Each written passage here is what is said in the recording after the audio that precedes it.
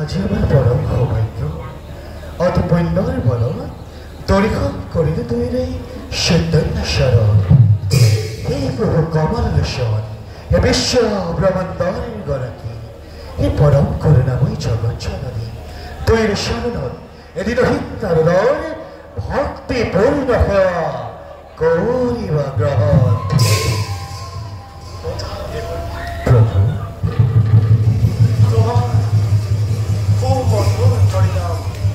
শ্ৰবণ কৰিবলৈ আমি নিজকে ধন্যবাদ তোমাৰ সঙ্গে আলোচনা কৰি পৰম তৃপ্তি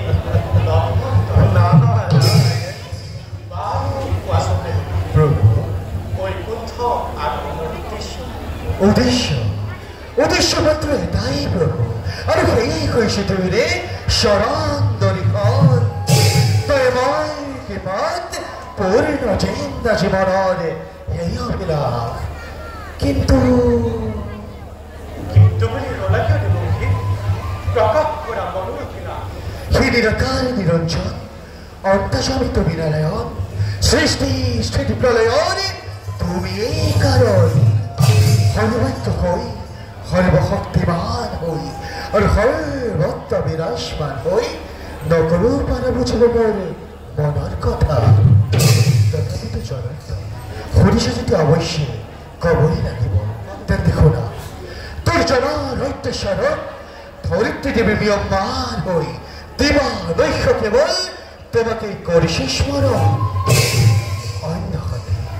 অহংকারে বদবর্ত হই স্বার্থপরে দেবতা সমাজে রাজ শাসন করি দেবর করে আনিস কলঙ্ক আর এই জনার্দ মৈত্তর বারো সমাজে পাহরি পেলালে হত্যার নামরে মহিমা ইয়াতেই যদি নকরে তুমি দুষ্ট জনক দমন সাধুসন্ত জনক পালন তোমার আস্থা যেন এই সমাজত রবস্থির হোক প্রভু তাৰ বাবে তুমি নকৰিবা অলপ না শুনা কৌ প্ৰভু কাম প্ৰাপ্ত নহয় দুষ্ট একোৱেই নহয় সম্ভৱ নাৰায়ণ সৃষ্টিৰ পাথনিৰ পৰা প্ৰভু দুষ্ট কমল নাৰায়ণ আৰু সন্ত সাধুসকলক উদ্ধাৰ কৰি ধৰা ধামত আমি ভাবিছোঁ নাৰায়ণ আৰু এইবাৰ এইবাৰো আমি দুষ্ট দুৰাচাৰসকলক মোহ কৰি অসুমতিৰ ভাৱ কৰি নাৰায়ণ কিন্তু দেৱৰী কিন্তু প্ৰভু এই কাৰ্যত কিন্তু তুমিও আমাক সহায় কৰিব লাগিব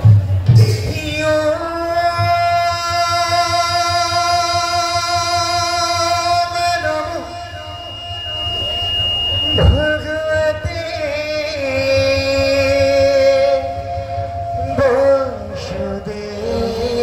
বসুদেবায়া ও মানব ভগবতী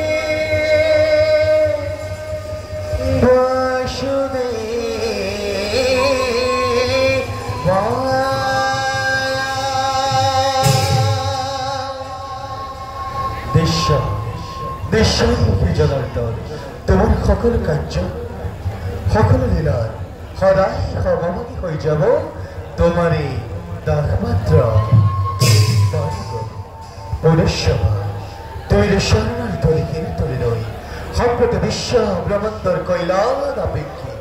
গুরুতর কার্যভাগী করিবলৈ আমি নিজকে করুণকৈ প্রস্তুত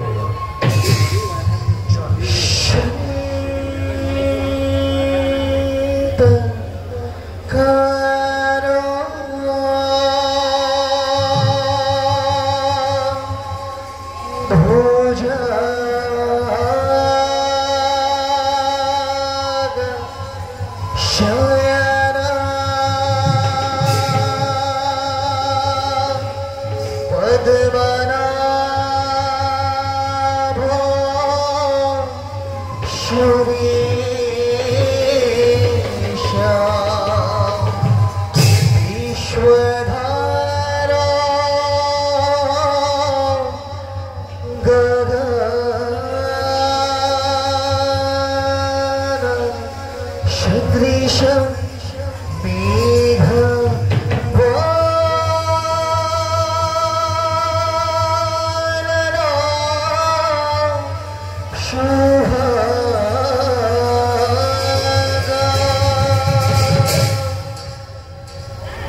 शन्तकानं भुजगशयनं पद्मनाभं सुरेशं विश्वधारं गगनसदृशं